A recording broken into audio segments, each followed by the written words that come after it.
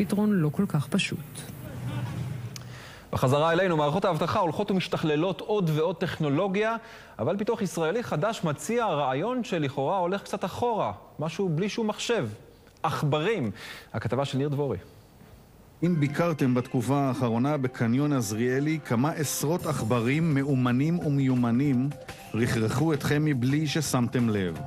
תכירו את מערכת הביוסנסורים לאיתור חומרי נפץ. לעכברים יש כאן תפקיד מפתח. עכבר יודע לאסוף ריחות ולזכור ריחות, כמו שאני ואתה יודעים לזכור פרצופים, כך שהדאטאבייס שלו מאוד מאוד רחב. בסוף האימון, שהוא אימון יחסית קצר, העכבר נכנס לשירות מבצעי ויודע לזהות ולהבחן את אותם ריחות שהוגדרו לו מטרה באימון במהלך כל החיים המבצעיים שלו.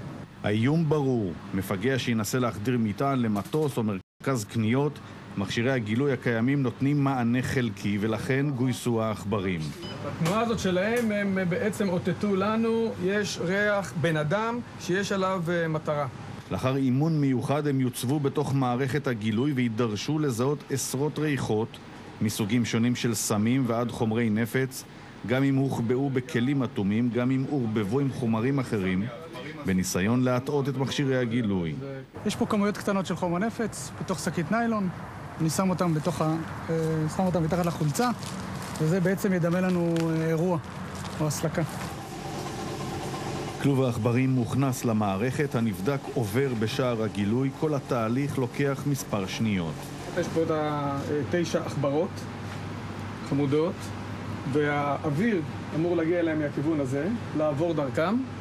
הם אמורים להריח, להגיב או לא להגיב בהתאם. ברגע שהם העריכו, אז כל העכברים נכנסו לתוך התא דיווח שלהם, ומהרגע הזה זה עובר לאות אלקטרוני, צובע פה את המסך באדום, ואנחנו מעבירים את הטיפול לטיפול גורמי ביטחון. מבחינתם הריח הזה מתורגם לסכנה, ואז הם מחפשים ונמלטים אל מקום בטוח, כך זה עובד.